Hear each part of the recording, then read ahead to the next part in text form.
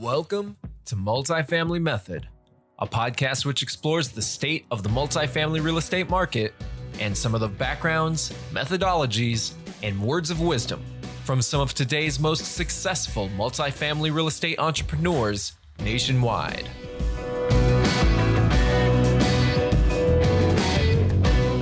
I honestly say this with all sincerity that I eat, breathe, and sleep this to business. Like, it is my passion.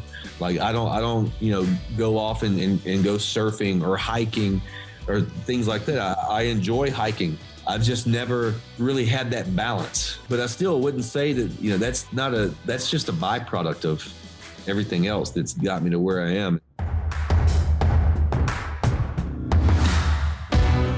Hi, I'm Alex McDermott, host of the MultiFamily Method. And I'm Jad Richa, the co-host of the MultiFamily Method. Thanks for joining us. Today, we're going to be speaking with Ben Inman, the manager of Inman Equities, a boutique real estate firm located in Atlanta, Georgia. Inman Equities has been a key partner in acquiring over $200 million in multifamily real estate throughout the Southeast, and Ben has been one of the most active acquirers of multifamily. Ben's going to be giving us some insight into his background, how Inman Equity was founded, and where he plans to take the company in the future.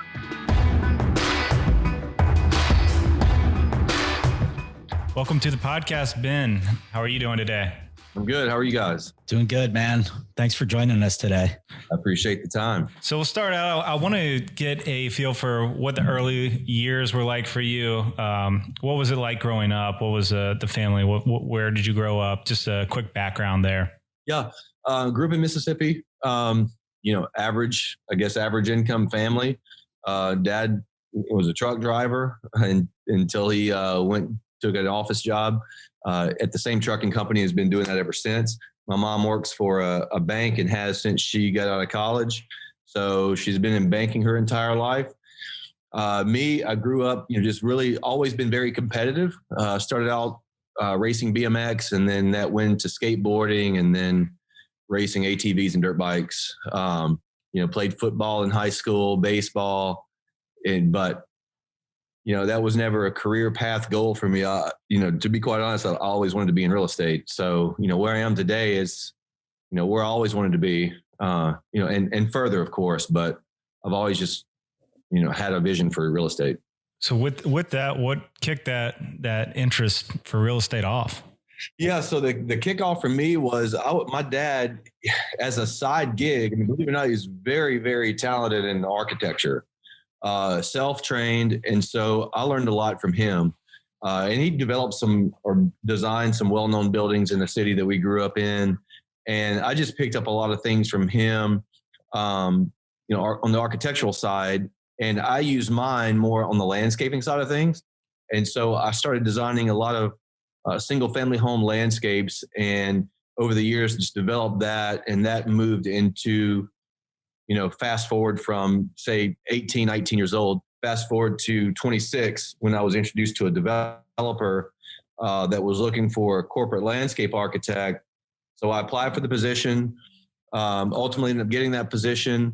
And then that went from overseeing the landscaping to overseeing. And when I say landscaping, it was straight to the apartment industry on a large scale. So it was a crash course from single family to these large scale multifamily projects, but the same concepts kind of flow over. So went into that, and then overseeing the installation crews, and we had crews all over the state of Florida and throughout the Southeast. And from that, it went into, overseeing the full exterior curb appeal standpoint of the roofing and, exterior painting and asphalt along with landscaping. And then from there to the interiors, helping to oversee some of the interior renovations. And then, it just kind of kept going from there. So literally, when I tell people I started my career from the ground up, it's literally from the ground up, because I was the one putting the plant in the ground. So is that something you had to was it an educational background in landscape architecture or certification, or you just self-taught? I was just self-taught, and believe it or not, it ended up taking me, like I said, to one of the top developers in Miami at the time. And, it was just a stepping stone. Landscaping was never somewhere I wanted to end up. I was just using every opportunity as you can see, from the single family to the multifamily, and from landscaping to the full exterior oversight, from there to the interior. And then, so everything was just a stepping stone, just from one step to the next to get me to where I am today. And I'm by no means, where I want to stay. We obviously want to keep growing, but, I'm using every opportunity to be a stepping stone to the next. Yeah, absolutely. I think that everybody, if you're complacent in real estate and you're not growing, then you're getting passed by somebody else. That's a view that I think we always take a look at, and you're always trying to be a better version of yourself as well with that. But I know that you had some experience on the brokerage side of things, being an analyst for a brokerage. What was that like versus being on the acquisition side now? And I know you've worked for other acquisition companies as well. And what led you to the path of saying, hey, I want to go out on my own and buy for myself? I see all these other guys doing it. Why can't I, right? You see a lot of these other guys that take these weekend courses and they come out thinking they can buy something. And then the real work starts, right? Because when I can teach you how to buy, I can't teach you how to operate in the weekend. From there, from the landscaping, it takes us all the way to 2009 when the economy went down. And then I made the transition, moved to Nashville, started a marketing company, built that over a 4 or 5 year period into one of the top marketing companies in Nashville that we focused on entertainment clients. So a lot of country artists, a lot of Christian music artists, and that kind of moved into the NASCAR space.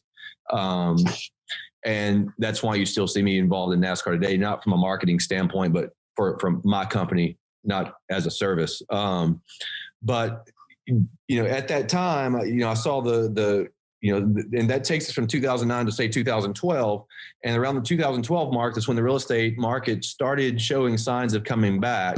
And that's when I took a position with Marcus and Millichap as an analyst. And part of that was also wearing a brokerage hat. As you guys are aware, you're just dialing for dollars and you're just calling up people to see if you can get some listings. And I happened to come across an article.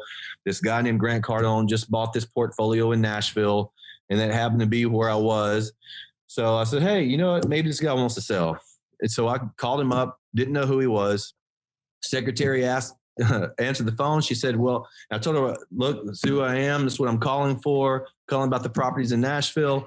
And she said, well, are you calling about the properties or are you calling about the job? And I said, well, I'm actually calling about both. Tell me more about the job. Long story short, passed me on to his Grant's executive assistant.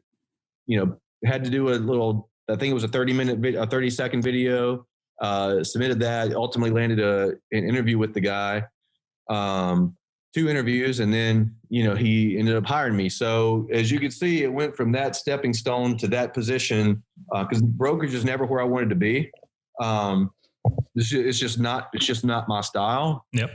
Because once again, keep in mind that my goal was to always be in the ownership seat. And said, when I was working for Grant, I set a timeline that I wanted to, I'm going to give it 1 year. And a lot of it had to do with, we had stuff that was on paper signed, and we had a lot of things that were verbal that were not on paper that, you can't hold somebody's feet to the fire if it's not written down. So I gave them a year to make it right. It was never made right. So I made a decision to take a leap out on my own. And so I left, was given an offer by a company in Jacksonville that offered to increase my pay by 50% if I came to work for them. And so I took that opportunity because here I was making 50% more than what I was making working for Grant.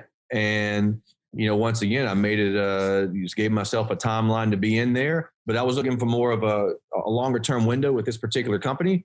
The first week I was in this company, the in-house counsel pulled me to the side and said, this is verbatim, I looked you up. You seem like a solid person. You need to get out of here. And what do? You just relocated your family from at the time I worked for Grant. We lived in downtown West Palm Beach. And so I was commuting every day. So moved my family from West Palm Beach to Jacksonville, just signed a 1-year lease with my wife and daughter. and then I'm told by the in-house counsel, you need to get out of here. Then I'm like scratching my head, wondering, did I miss something? So started doing some digging, started finding a lot of dirt on this particular company. And while I was doing the digging around, this is about a 3 to 4 month window at this time. I was like, oh crap, I need to get out of here. And so I was planning my exit, and I think that they smelled that. And they called me in the office one day, or came into my office one Friday afternoon, and said, your services are no longer needed here. And in that moment, I had the opportunity of going to work for yet another company and keeping the same cycle going, or taking a step out and going for it. And at that particular moment, we had just found out my wife was pregnant with our second child. And so now I had a baby on the way. So now I was faced with another dilemma, that do I go with the guaranteed pay, or do I go with the unknown that could really change our life? And we took the step, and the rest is history. Here we are 3 years later, and never looked back. So that was 2017, and you bet on yourself. I think betting on yourself is always the right move. So from the time you started with Cardone to the time you started Inman Equities, it's really just 2 or 3 years?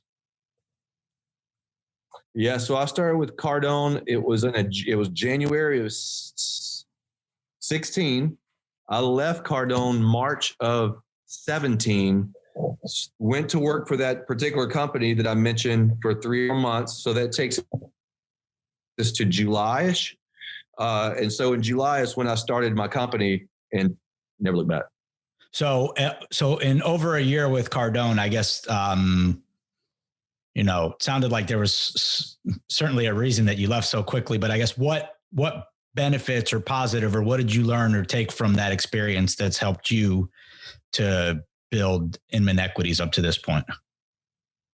Yeah. I mean, so I've always had a strong work ethic, right? As you guys are probably the same. But, growing up in a small town in Mississippi, if you overexert yourself, you're the odd one in the bunch. Right.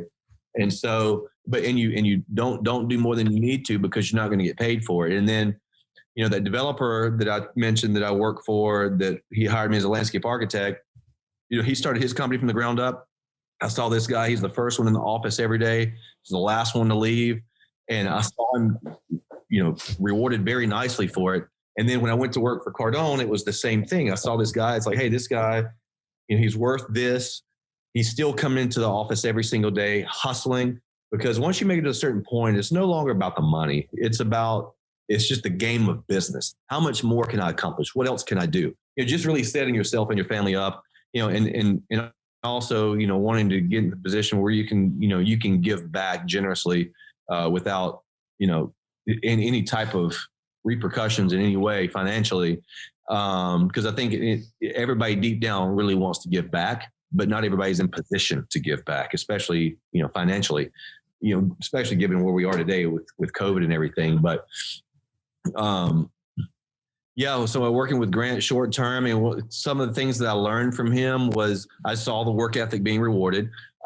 There's some things that Grant said that made sense. There's some stuff that he said that was not very smart, but I'm sure that I've had a lot of things to say that have not been very smart as well. But one of the things that he did always preach to us is always bound the cash flow. If your cash flow is strong enough on a property, it will take you through any downturn.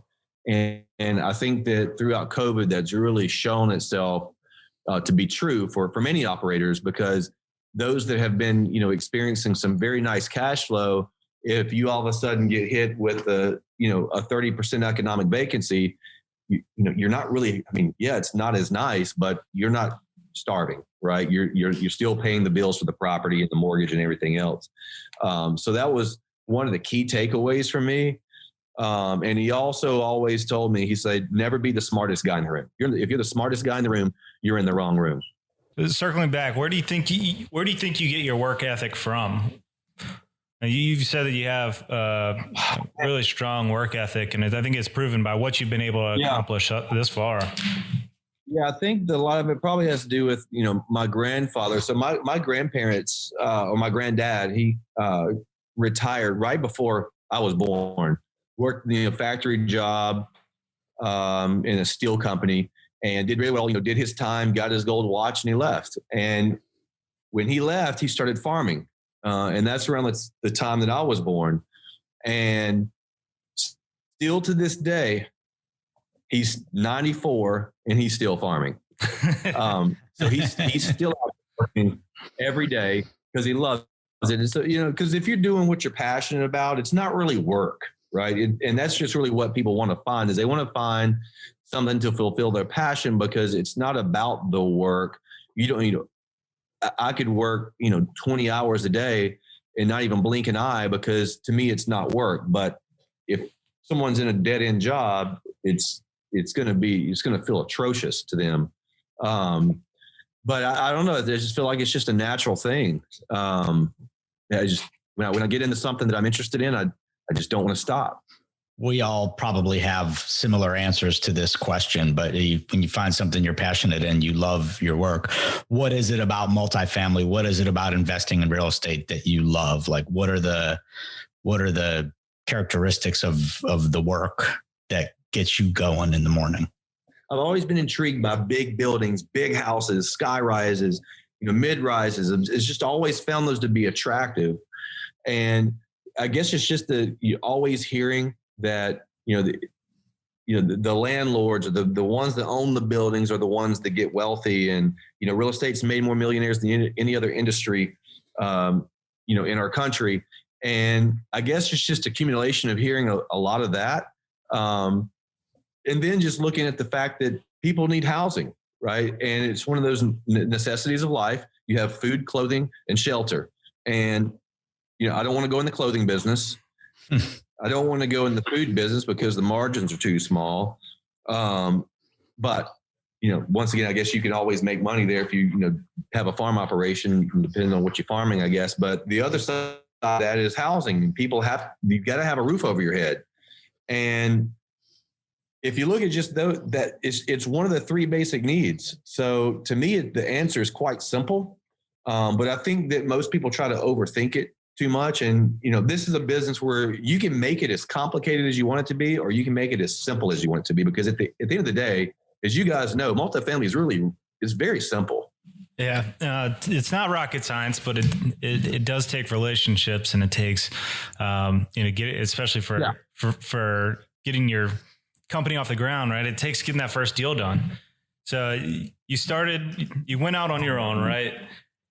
And, you mentioned earlier that you have all these guys that go take a weekend course or watch a YouTube video now because there's so many people that are producing, any kind of infomercial that they can about buying multifamily without any money in it, and et cetera.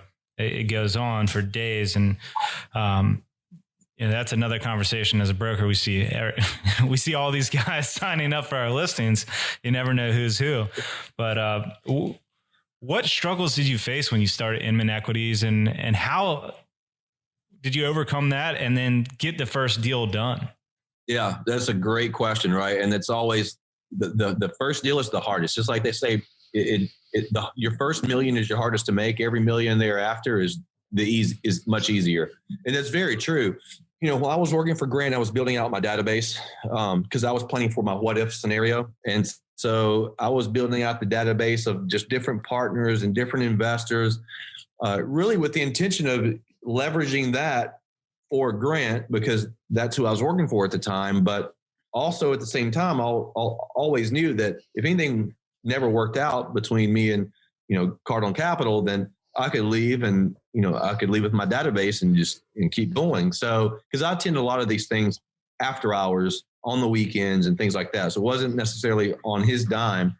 But I just developed a pretty healthy database of other owners and operators, other investors that are out in the market, and ended up having two pretty strong family office partners. One was based in Boca, one was based in Charlotte. Had a portfolio that circled around that it was a $30 million deal that actually you guys just sold it. It's in Nashville, that 475 unit for the Azars, for Matt. So So I put that deal together with Mac. Okay. And so that was my very first deal, was that deal. 475 unit portfolio. So how did you convince, sorry, go ahead. So I was doing that with a 50 unit deal with a different partner out of Boca. I was buying that 50 unit property in Atlanta in the event that one didn't work out. Hopefully the other one would. And it just so happened that they both ended up working out. Going back to getting started, I guess. So you mentioned you had a couple of family office, partners that were providing you capital. You're going out on your own. You're starting your new company. You've basically been in a position of buying property for a little over a year when you do this. So what's your sales pitch? How do you convince family office capital to back you to go start this endeavor or start buying deals together? Yeah. So, starting out, and still to this day, they want to see the underwriting, right? So they want to know that the returns are true and correct. You don't want to see anything that's too conservative, but you don't also want to see anything that's too aggressive. So you have to find that happy medium. And so most of our deals ended up penciling in that happy medium space. It's just really just getting out in front and building the relationship with the family offices, because family offices, it's really a circle of trust. They're not going to just provide money to you. You just meeting them today and expect them to, wire you $1 million or more in next week. It's not going to happen. But it just takes time to build out these relationships. And some of these family office partners that I developed relationships with were, 2 or 3 years in the making. So when I decided to go off on my own, they knew my background, they really trusted with where I was going.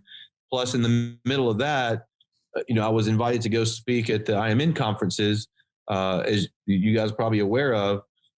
Some of my personal favorite conferences around the country, and, got invited to speak on a panel, took that opportunity. And a week before that event, I was asked to moderate that same panel.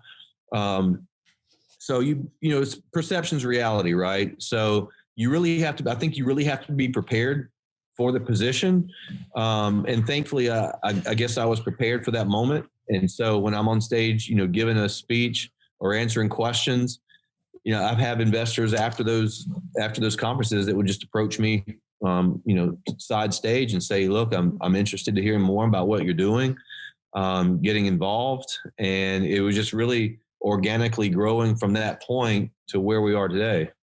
That's great. So you got the first deal done, right? The hardest deal. You build that, and then quickly after there, got the second deal done. So you're building that rep. 1 month later. See, that's impressive. You're building that reputation. So looking at it now, is it you're getting the inbound broker calls like, Ben, I've got a deal for you. You got to get this done. It's a short fuse, or is it you're out there grinding day in, day out, calling all the brokers? What's it like for you out there? Yeah, I think, initially starting out, and this goes back to, when I was with Grant, I was, calling the brokers. Many of them, knew who he was. So he would, had a decent deal flow coming in, but, here I am throwing my name out there, because I was affiliated with Cardone Capital, and, just building out those relationships that way, so that when I left, they remember my name. And I just go into the website, register as, my name and my company name. Because, even though my name was in their system, it was under Cardone Capital. So I had to put it under my own name. So, early on, I just built my goal was to build out the reputation as a closer, because I never wanted the reputation of locking up a deal, not taking it down.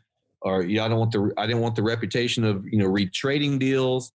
And so thankfully I built that up. And so, I have more inbound. I'd probably say 99% of all the deals that we do are all inbound leads. We don't have to go look for them. They come to find us.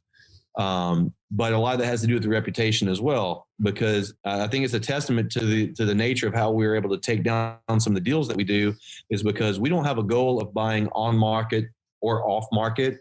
To me, if it's a deal, it's a deal. I personally actually like the on market deals better, because the seller really wants to sell. But ironically, I'd say 50% of the deals that we have bought have been off market, but it was never by design. Right. But many of those come through trusted brokers. Bought some stuff from you guys, Cushman and Wakefield. I probably bought over half my portfolio from them. And so I get a lot of off market deals sent to me from them because they know, hey, this guy's going to close. If he ties it up, he's going to take it down. And that's the reason why I get a lot of those deals sent over to us. No, for sure. I think that from broker perspective, having a trusted guy that you can go to and you have one or two shots at getting a deal done, knowing that guy's going to close and not be a pain to deal with, you're going to get that call first. How would you look back on your year in review and what you thought it was going to start like with 2020 and where you are now? Yeah. So at the end of last year, December 2019, I'm looking at going into 2020. I'm like, look, I wanted to have a certain amount of, personal capital deployed, that was generating X amount of cash flow for us. And so that was achieved, but because I didn't really know how 2020 was going to work out. And then you get over into the beginning of 2020 and you're like, okay, it's the year of perfect vision. Right. And so let's make this the best one yet. Right. And as we all know, it's an election year. Big election years are never smooth. Seems like there's some other new virus that comes out, every major election year. And here we are with COVID entering the picture, and it throws things into a tailspin, right? I mean, even still in the middle of COVID, we've actually closed 3 deals this year. All 3 have been since July. So, in the middle of the pandemic, we successfully transacted. And one of those recent ones was from a group that dropped the deal that previously had it tied up because back in February, you didn't have all the upfront debt reserve requirements from the agencies. And if you're not planning for that on a big deal, that's $1,300,000 that you all of a sudden have to accommodate in your underwriting. Mm-hmm. That if you didn't do that prior, it could really skew the numbers. For sure. And then, all this, people thought the sky was going to fall, which I think that it ended up being better than we all anticipated going into this thing, which is great, but, still something to be cautiously optimistic about. But, we've continued to close deals. Like I said, 3 this year since July. And I've just recently been awarded 2 more. So we're in the process of actually going into contract on 1 today in Jacksonville. What is the existing portfolio? How has that performed during this time? Is it held up? Have you seen any weakness in any certain markets, any particular asset classes? Yeah, it's a good question. So I think overall, like our portfolio in Florida has done quite well. And that goes for, the same thing for our properties in Tennessee and Georgia. It's market by market specific. So like Chattanooga, our portfolios continue to do well there throughout the pandemic. Atlanta area, we have a Cardinal deal, actually a couple of Cardinal deals that have done very well. Like 94% economic vacancy, or occupancy. So that product type has done very well. We have some stuff in middle Georgia down in Macon that has had some issues, but nothing as drastic as people initially anticipated.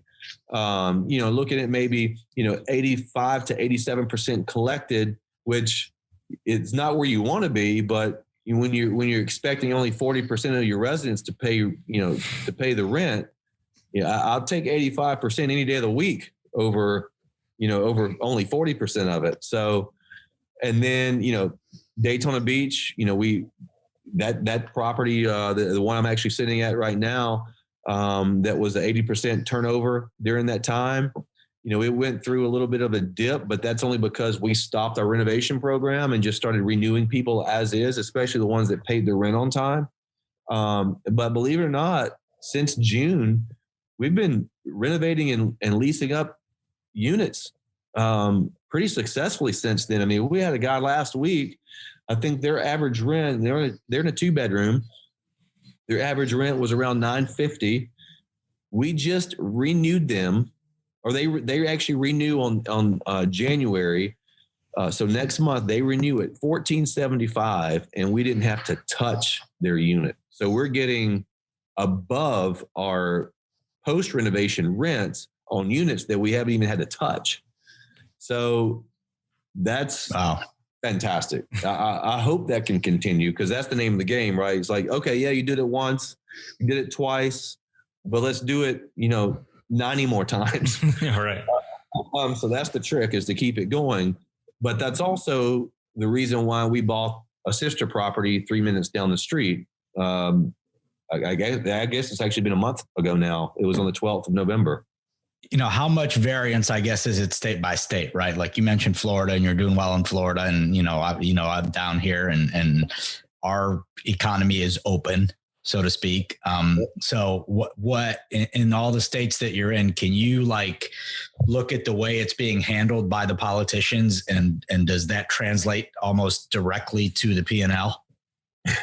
I think so. I mean, you look at, blue states or red states, and which ones are going to fare better in a storm, depending on which way it goes. At least you hope you can predict that, right? And so in Tennessee, it's a red state. Georgia has historically been a red state, but now it's kind of like in limbo mode. Purple, yeah, purple. Yeah. So we don't know which way it's going to go right now.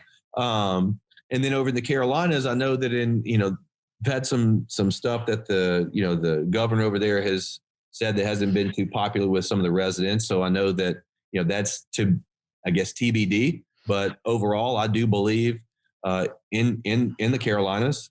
But I think with using Florida as an example, with Governor DeSantis coming out and saying, I'm not going to shut this state down again. I'm not going to make mask wearing mandated. It's a personal decision.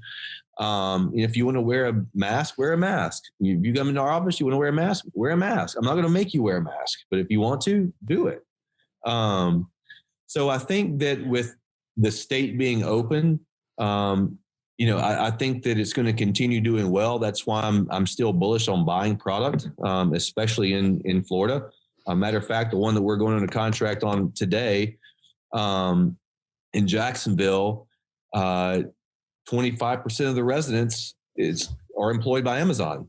Now, what does that matter? Well, right. Now you hear about essential employees, right? Yeah. So when I hear about, Amazon, people ordering from home that can't go out and shop, Amazon's only getting stronger. And I think it's going to continue getting stronger, because now people are in the buying habit online, or the habit of buying online versus only going to a brick and mortar store.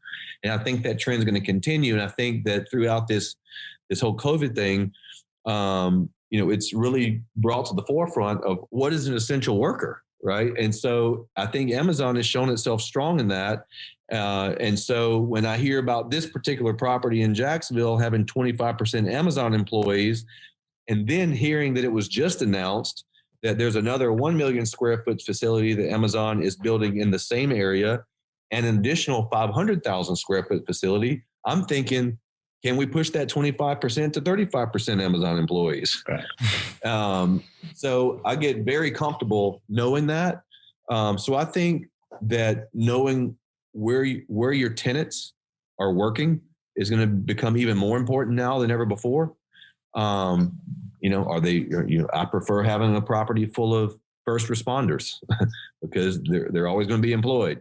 Right. And I think that Amazon and some other companies like that are also showing themselves to be strong contenders from an employment standpoint. So I think that underwriting in general, I think people are going to put more weight on, your tenant base and where they're actually employed more now than ever before. At least. So do you have like a metric that you place on that when you're doing like a lease file, or is it just more like anecdotal, like, hey, we've got, 15 people at this property that work here? Or do you really drill down and quantify what that looks like as you're going through your DD?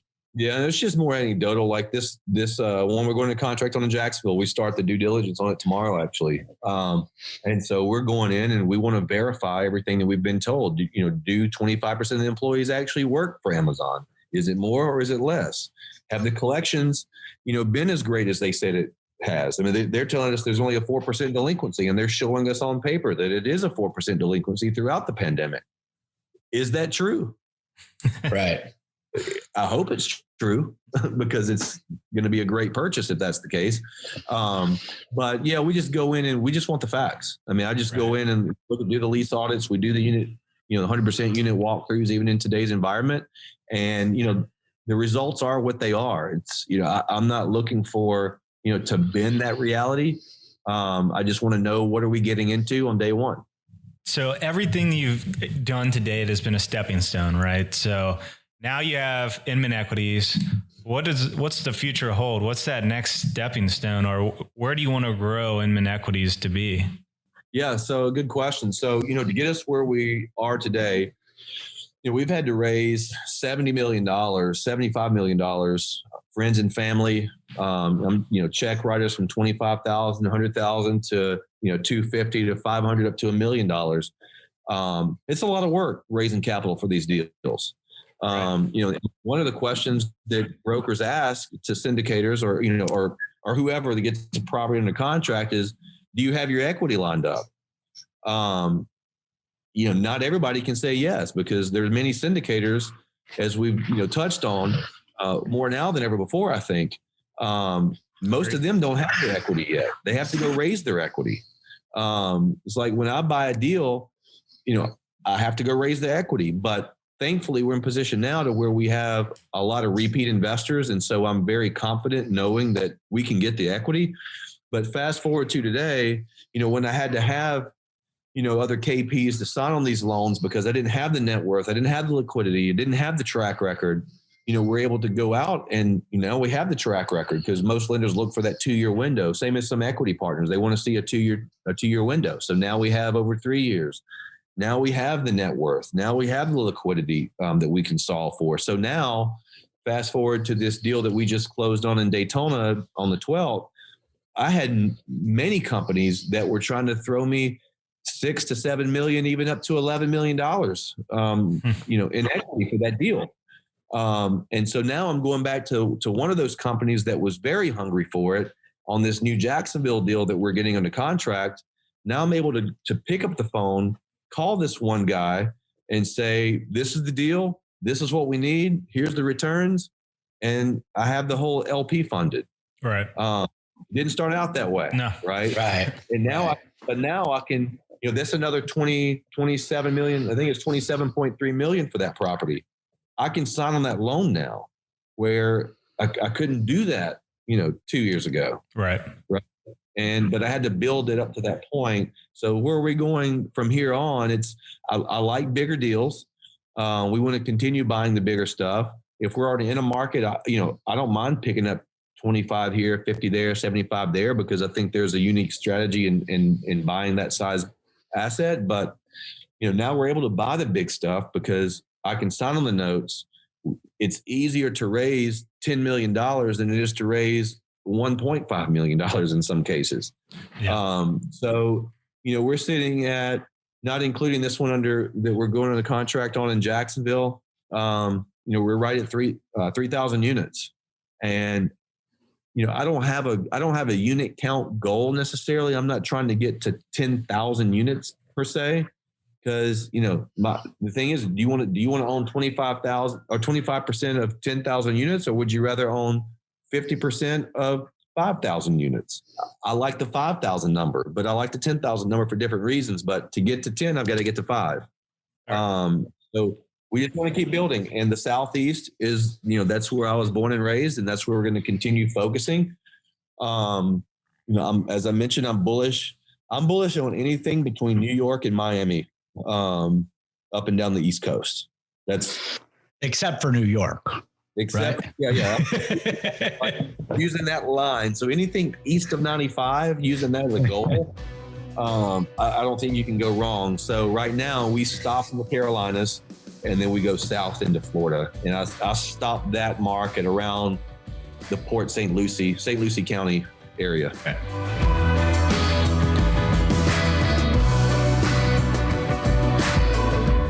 MultiFamily Method is powered by Capstone Companies, the largest privately owned multifamily investment sales brokerage nationwide.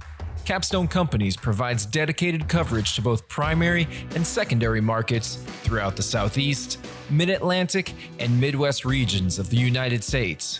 Whether buying, selling, or refinancing, Capstone Companies is here to help. Simply put, Capstone is expertise, experience, extra mile. If you're interested in having Capstone provide a complimentary opinion of value on your multifamily asset, please visit us at capstone-companies.com.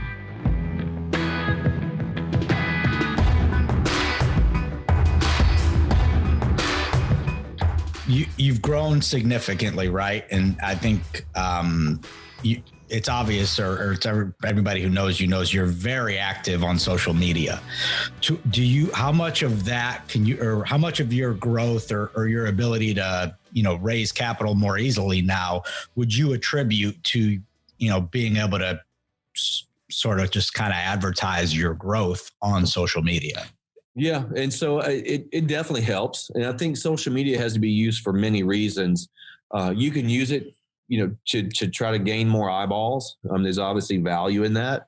I also do it to let people see, from the broker's perspective, for them to see that, hey, we're active, we're getting deals awarded and we're closing deals. And then for the investor standpoint, many investors that we have on social media, they monitor the feedback and they monitor the posts that we do, because we do send out the monthly and quarterly reports. But when they see these ongoing updates on social media, it's almost like getting a report, because they see that their money is actually going to work. And you're right. I mean, we are on the front lines of social media because it's just another layer of communication. And it's really also, I think it has to serve to provide a little bit of hope for people that have yet to step out on their own.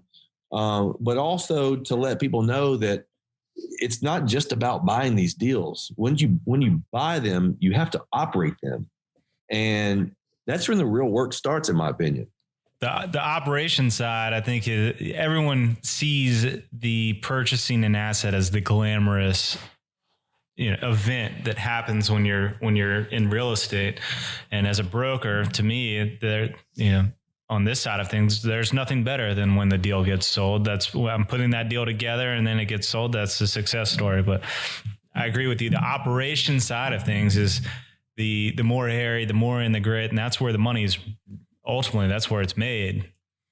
What advice do you have for anybody who's getting out there, or even experienced it, guys, and things that you've learned from the last few years of operating deals? Yeah. So, up to recently, we've had third-party management companies that have done the management. And, I just encourage people, don't try to be a jack of all trades. Don't try to go out and, buy a deal and operate a deal and manage a deal and everything else. Hire the right management company to run your property, and then, serve the asset management role to oversee their efforts to make sure that they're hitting all the numbers that you set out for them to achieve. So you can focus on what you do best. And ideally that would be to source deals, secure them, close them, raise the equity for them, and then ultimately operate them. And once you get the portfolio to where you can get so big, then you can start diversifying into other areas. And as I mentioned a second ago, that, we've had to raise $75 million from friends and family, but now we're in a position to where now I can go out and get a $10 million check from an institution, which it makes it a lot easier for us, because I had to ask myself, do I want to continue doing this? Because I've proven that we could do it, because we had to wear all the hats to get us to where we are. So now we're in a position to where it's like, okay, now what hats do I want to start taking off and, kind of streamline that process. And so thankfully, we're just in a place now to where we can get, that equity portion streamlined. And now we're in the process of bringing management in-house on many properties. It's not a profit center for us at this point. It's just about the control, and making sure that things are being run the way that they should be, because we are very, very, very hands-on on the properties that we have and that we operate. And it already feels like we manage them anyway. So we might as well just get rid of the management companies in some cases, start managing the assets ourselves, because we're already doing it. And I think that's a strategy in itself. So for us, it's, you just got to know like what areas your competencies lies in. Because I never wanted to be in the property management business, but here we are. And it's not, by design. It's kind of, It's organically brought us here. Right. So that's just what I would encourage, anybody that's starting out is don't try to do it all. You got to trust, you got to, going back to, Jim Collins, one of the early books that I read of his was Good to Great. It talks about, putting the right people on the right seats in the bus and letting the individuals do their jobs. And so as long as you have the right teammates in place, you'll have a smooth operation. And then over time, you can start adjusting and start building out the organization. What do you want to start bringing in-house? What do you want to get rid of? Because at the end of the day, it's just what's going to make you stronger as a company. This is why I'm not wearing a collared shirt today. You don't have to. I'm out here with the landscape crews because I have landscape crews split up between 2 properties in Daytona Beach, because I'm out here with these guys. Because as I mentioned, that's where I started my career. And that's just one avenue that I just refuse to let go of it, because that's where I started. It's a reminder that that's where I started. It's not the best use of my time being out there necessarily. However, I will say that from a curb appeal standpoint, as I mentioned, that some of these residents on this property where I'm sitting at in Daytona, this one particular resident agreed to go from $950 to $1,475 without touching his unit. And that's because he loves the curb appeal that we've done on this property. And so when I met you at that property.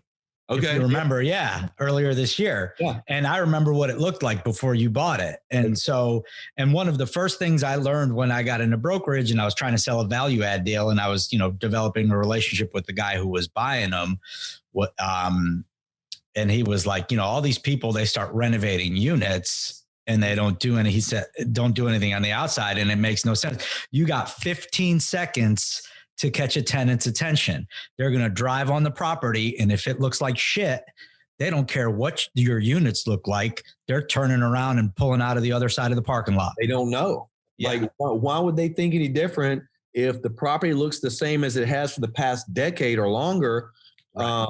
And you may have put, granite or quartz countertops, granite countertops, stainless steel appliances, USB ports, whatever you want in those units, but if the outside looks the same, what's the point? Right. So, I highly, and I see that happening probably 90% of the deals I look at, I see, groups that started with the inside and didn't really get around to touching the outside. And then furthermore, I see them taking forever. They acquire a deal. They take 6 months to plan it out. Then they take another 6 months to make a decision before they even start working. And then, here we are. It's like, man, I'm telling you, we start day one. Like I want that. I want crews on the grounds. Like this deal in Jacksonville. I keep using this one in Daytona. We just put in like 60 palm trees this week. One of them was $3,000 by itself. But that's because when you pull in, I want a statement. Right? Yeah. I want it crisp and clean. And I tell the landscape companies that cut the grass, if you pull up to the property and a building is on fire, I want that grass cut. I want the grass cut. I want it trimmed, because you can have a dilapidated looking property, but if you have nice landscaping, I'm telling you, it will change your perspective of that deal, because that's the first thing you see when you leave home. That's the last thing you see when you walk in the door at night. And the same goes for the tenants. And if they feel good about where they live, they want to pay their rent on time. Absolutely. Now, do you rebrand every deal when you buy it too? I don't rebrand every deal if it's necessary. I mean, I think it's certainly worth considering on every deal. Depends on the reputation that property has in the market. We have a brand in Florida that's, Cabana with a K. And so that's, we never set out to make a portfolio of Cabana branded properties, but that's really the way we're going. Because, that's what a lot of the REITs do. And it just makes perfect sense to say, hey, if, Cabana portfolio is for sale in Florida, then, we'll have 800 units, right? Between certain cities. Ben, what does a typical day look like for you? So interesting question, because there's days where, you set aside to be office days, right? Where you're in the office, phone calls, meetings, the admin side of the business. And then there's a typical day that for me, when I travel, I could fly, 1 to 2, 3 times a week in some cases. So, and if I am flying somewhere and I'm flying down to Daytona or Florida or Tennessee or wherever, I'll go in there and, spend a couple days and it's just sun up to sundown. I'm focused on that property. And, so I guess I split that answer into two. If I'm working at the office, I have a nice home office set up. And the reason that I set up my home office is because I have traveled so much that when am home, I don't want to fight the Atlanta traffic to go to my office. So I just decided to work from home instead, even before, COVID and everything. So it really had nothing to do with that. But, I'll get up certain time. I'm in the office. I close the door and, it's head down. It's focus on emails, focus on phone calls. I do a lot of time blocking. So I'll set aside a certain amount of hours that I'm only making phone calls, or a certain amount of hours that I'm only answering emails, or a certain amount of hours I'm working on reports. So I do time blocking because that's really the only way that I can be productive. And that'll take me all the way to the end of the day. And I try to finish up, around 6 o'clock, just so I can spend some time with the kids. And then if I'm traveling, I typically travel alone.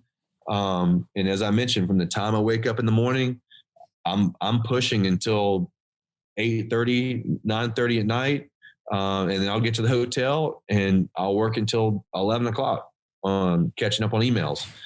So depends if I'm at home working in the office there, or if I'm traveling. It really depends on what my day looks like, but that's usually, there's 2 options. It's either the traveling or the non-traveling option.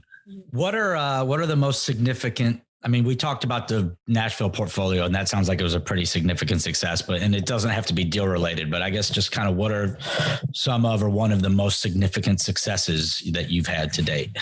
I just had this question that come to me the other day. And it's like, I've had some really good wins. I think when we tie a deal up, under contract and we raise the equity for it and we close the deal successfully, to me, that's a win. And I think it's more about the baby step wins along the way to a bigger win. Because like I mentioned, that Nashville portfolio, the whole experience was a win, but I think you have to celebrate the individual steps along the way as individual wins, and not just look for this big vainglorious moment. And that's just really what I've tried to do, is just enjoy the journey along the way and look at those small incremental wins. Like when I finished landscaping on a project, to me, that's a win. And it's a win for many reasons. It's curb appeal. It looks great. Tenants are happy. They pay rent on time. For some of these people, it's probably some of the nicest properties that they've ever lived in before. Yeah. And we want to be mindful of that and, provide that housing for them. When employees do well, that's a win for us, because if they do well and lease up goes as planned, we want to reward that. So it's a great question. It's just really hard to answer that. So, I mean, I guess I would have to just, if you wanted a big bang, I would probably have to, focus on that Nashville portfolio. But I think there's a lot of subsequent mini bangs along the way. Absolutely. So this is a 2-pronged question. What are you working on now that you're most passionate about within real estate, and then also outside of real estate? Yeah. Okay. So, another acquisition. We have a acquisition, as I mentioned, we're going under contract on in Jacksonville today. We're looking forward to getting that deal done. We like that market. I've always been bullish on Jacksonville. I think it's going to continue growing. So we're very excited about that. Outside of that, I mean, I guess I would have to, man, I mean, it's hard to answer that question without bringing your kids into the answer, is because at the end of the day, you just want, the kids to be prepared and for them to be set up that if anything ever happens to me, I want to make sure that they have nothing to worry about. But I want to train them along the way on, how to operate the business. And so to me, that's non-real estate related, but yet at the same time, it still is in a sense, because it's keeping the family legacy going, so to speak. But really, I mean, look, I honestly say this with all sincerity that I eat, breathe, and sleep this business. Like, it is my passion. Like, I don't, go off and go surfing or hiking or things like that. I enjoy hiking. I've just never really had that balance. I like cars. I'm looking at buying a toy, but I still wouldn't say that, that's just a byproduct of everything else that's got me to where I am. It's not really something that, I'm not entering the car into a race and, trying to win a NASCAR championship. And I just don't really have time for a lot of extracurricular activities. I mean, I exercise regularly. But other than real estate, I mean, I literally eat, breathe, and sleep this business. I mean, I'm not I'm probably one of the only guys that's out there that will tell you I don't watch football. I don't watch baseball. I don't watch hockey. So the awkward thing is when I'm around a bunch of guys and like, oh, what do you think about Baltimore or Minneapolis, the Vikings or the Titans or the Falcons? I don't know. But if you want to talk about racing, maybe we can have a conversation, but otherwise, let's talk real estate. Yeah, that's something we all know, right? Sounds boring to some people, I guess, but it's just, I'm just obsessed with it. So you talked about this a little bit already. So I guess just to kind of synthesize it into one message, what's the vision for your company, and what are you doing to make that a reality? Yeah. So I guess it's continuing to develop out those relationships from an equity standpoint with a lot of the institutions that we've had communications with over the past 3.5 years, but we never really pushed on that angle because I really wanted to get that 2-year track record behind us for both the lender perspective and the equity partner perspective. And now here we are 3 years later, and it makes those conversations a lot easier because now they can't say, well, come back to us at the 2-year mark or come back to us when you've taken something full cycle, because now we have all those stories. It's much easier for us now.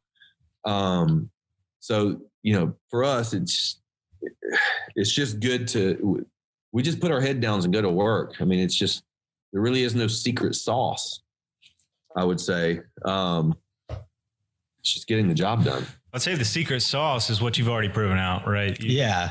You made the broker connections, you made the equity connections up front. You were able to raise, money for the deals. You were able to find deals, and then you successfully and cleanly closed those transactions. I think that's the secret sauce.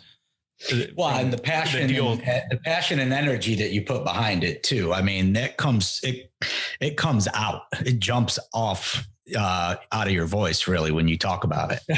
Well, that's good to hear because it is true. And yeah. You have to be, it's like if you're a door-to-door salesman selling copiers. Well, if you're not passionate about copiers, you're really not going to do that. Right. But if you really believe that the copier you're selling is the absolute best copier on the market, then you're going to do well at it. Right. So for me, my philosophy has always been, if you have something worth selling that you truly believe in, it will sell itself. You don't have to sell it. It will sell itself. And so when we pitch a deal to our investors, I'm not trying to beef it up. I just say, look, here are the facts. Here's the property. Here's why we like it. And here are the returns that we're projecting. And they comb through it as many groups have done. And it always comes through on the other side successful. So, for us, it's just about, not, knowing that we don't have to know everything about this business. There's so many people out there that get caught up in analysis paralysis. Oh yeah. They end up making an offer. And so one of the things that I learned a long time ago, you can be a doctorate, you can have a master's, a PhD. I don't care. If you're going up against me on a deal, you better be ready, because I'm coming at you full force, because to me, it's all about execution. You can be the smartest guy in the room, but I'm going to out execute you, or at least I'm going to try. So let's switch over. Let's hit some rapid fire questions. We like to kind of hit the tail end of the podcast with these rapid fires. Okay. What's the best book you've ever read? Some people are going to like it. Some people are not going to like it, but I don't care. Here's the answer. The Art of the Deal by Donald Trump. It's been a very, very good book. And I will tell you a couple of reasons why I like that book, is because here you have this guy in New York that's, building his career, right? This is many years ago. He was hitting some ceilings with, within the code department, that he wanted to take his buildings higher and higher. So the way he could circumvent that was to buy these things called air rights by the neighboring parcels. So he would assemble all these air rights, which means that now he can take his sky rise even higher. And so then he wanted to take it even higher than that. And how do you do that? Well, now there's a restriction on the amount of floors you can have. But at the time, there was not really a restriction on the height of those ceilings. So it went from 8-foot ceilings to 10 to 15-foot ceiling heights. And then that means you can take your building even higher. So there's a lot of that creativity, a lot of the negotiating tactics in that book. Man, that book will always be a business classic. And I love that book just because it just really opens your eyes to, if you hit a brick wall, or what you perceive to be a brick wall, don't take it as the end all answer. Like, there's always a way around it. There's just like them in the Marines, they teach you, don't go over the wall, don't go around the wall, go through the wall. And so, using that book as that example, it really just shows you like this, the way that he thinks, and, just the ingenuity, and just let's negotiate this. Let's talk about it. And you win deals. And you get deals done, whether it's a development deal or whether it's, buying an existing multifamily property. It's the first book I read when I was starting to get into real estate was that book. Great, man. Yeah. So what's another book that you might recommend specific to like the multifamily industry, if there's any one that you've read? Yeah, I think that David Lindahl has a book that he wrote. It's the emerging real estate markets. And it talks about there being, the 4 cycles of any real estate market. That was a really good book because it teaches you in a good economy or a bad economy, there are deals in the marketplace to be found, because real estate's local, right? This is one of the very basic things one of the first things you learn. But that's when I go back to saying, in this business, you can overcomplicate it, or you can really strip it down to the simplicity that it really is. Because at the end of the day, it doesn't matter if the rest of the market is doing bad. There could be a particular neighborhood in any city that is trending well. And it's going to continue trending well. It's just, that's why they say real estate's local. Your local market. I mean, you can win big no matter what the economy is. What's a piece of advice that somebody's given you that's left an impact on you? Going back to what Grant said about not being the smartest guy in the room. You just have to out execute the smartest guy in the room.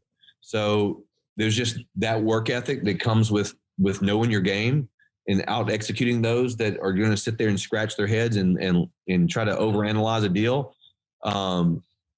I think that lesson is very important. I think, buying a deal on cash flow, if the cash flow is strong enough, it'll take you through any downturn. I think that itself is a really, really important lesson. And really, on the other simple side of that is the developer I worked for a while back he would always say, you have to look the part. And he was, at the time when I heard him say that, he was talking to his son, and this guy's a billionaire, right? And he's got 2 sons and a daughter. And this one son wanted to, he wanted to be this music guy. He's going on to do very well, but his son, the older son, he knew who daddy was. He knows what he has access to, right? But his mentality is a little bit different than his brother. That's like, yeah, I know what we have, but I'm still just me, and all my friends, we're all the same, right? We're just human beings. You just want to enjoy life.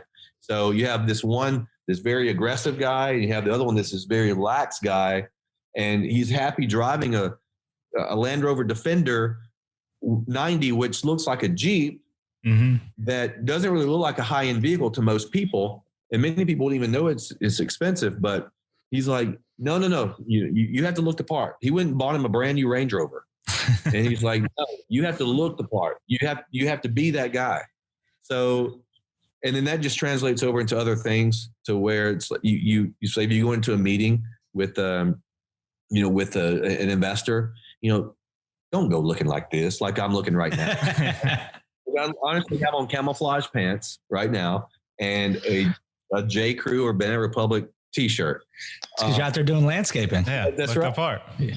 But if I was going to a meeting with an institutional group to raise $11 million for this Jacksonville deal or any deal, I'm not going to look like this. I'm going to dress appropriately, right? But it's the same thing for employees. If you're going to visit properties to your employees, you need to look the part. You got to, otherwise they won't take you as serious. Yep. And then they think they can start, being lax on, their appearance. And so looking the part, buying on cash flow, and being focused on execution, and not over analyzing a deal, and not being the smartest person in the room. I'm going to wrap up the last question. I'm a big car guy. So you mentioned you're looking at a toy. What are you looking at? I'm looking at an Italia 458. But I'm also looking at a F430. I like the 458 a lot more. Yeah. I like the 488, to be quite honest, but sure. I want to keep it within reason. But the 458, serves a really nice purpose. Yeah. But believe it or not, I've talked to a lot of guys that have had those cars, and they actually speak higher about the F430, even though, you're talking about, 2007, 2009. Yeah. Still a nice car. Great. Yeah. Like, look, I've owned both of these cars, and just the overall experience and drivability, and,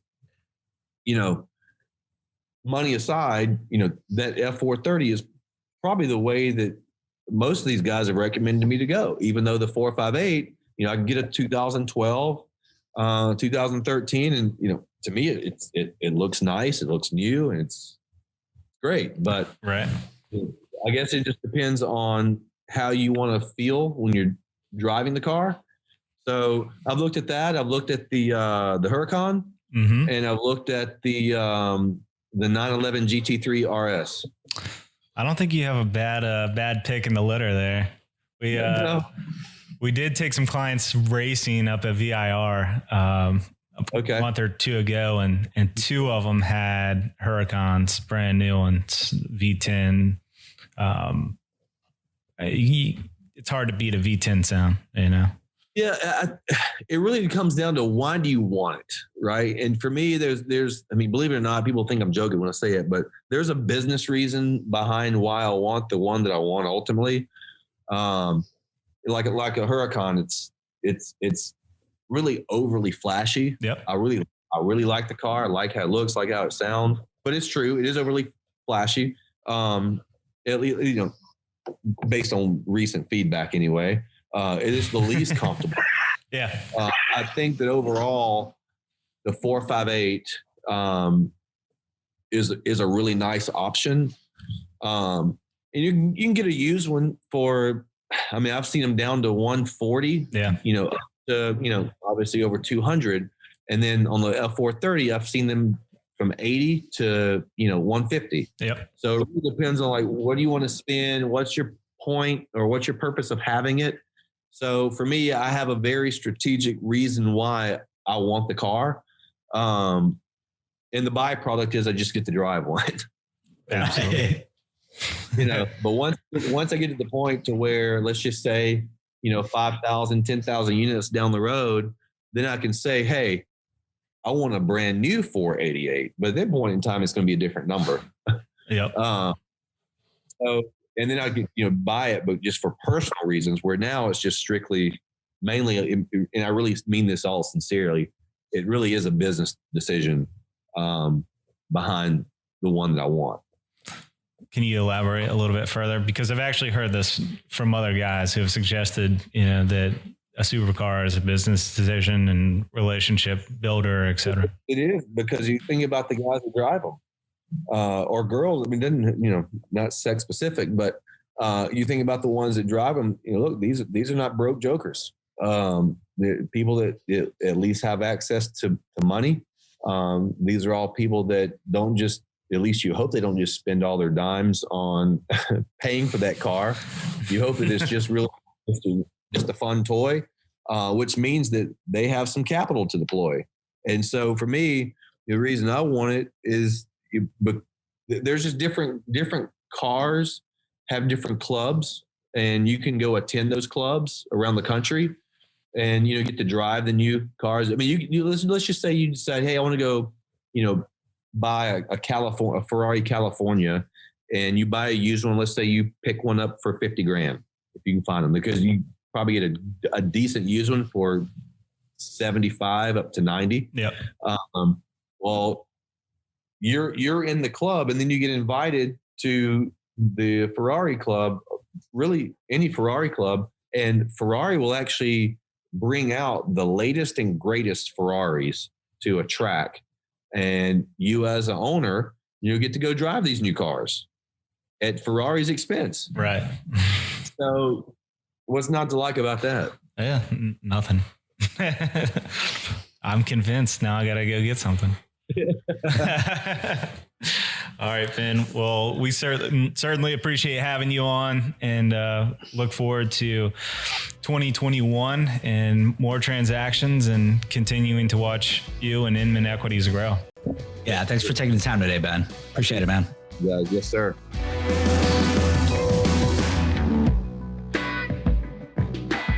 Thank you for listening to MultiFamily Method. If you enjoyed today's episode, please give us a rating and a review on Apple Podcasts. It helps our podcast get discovered by other savvy investors like yourself. Subscribe to MultiFamily Method for free on your podcast platform of choice. Find out more about Capstone Companies at capstone-companies.com.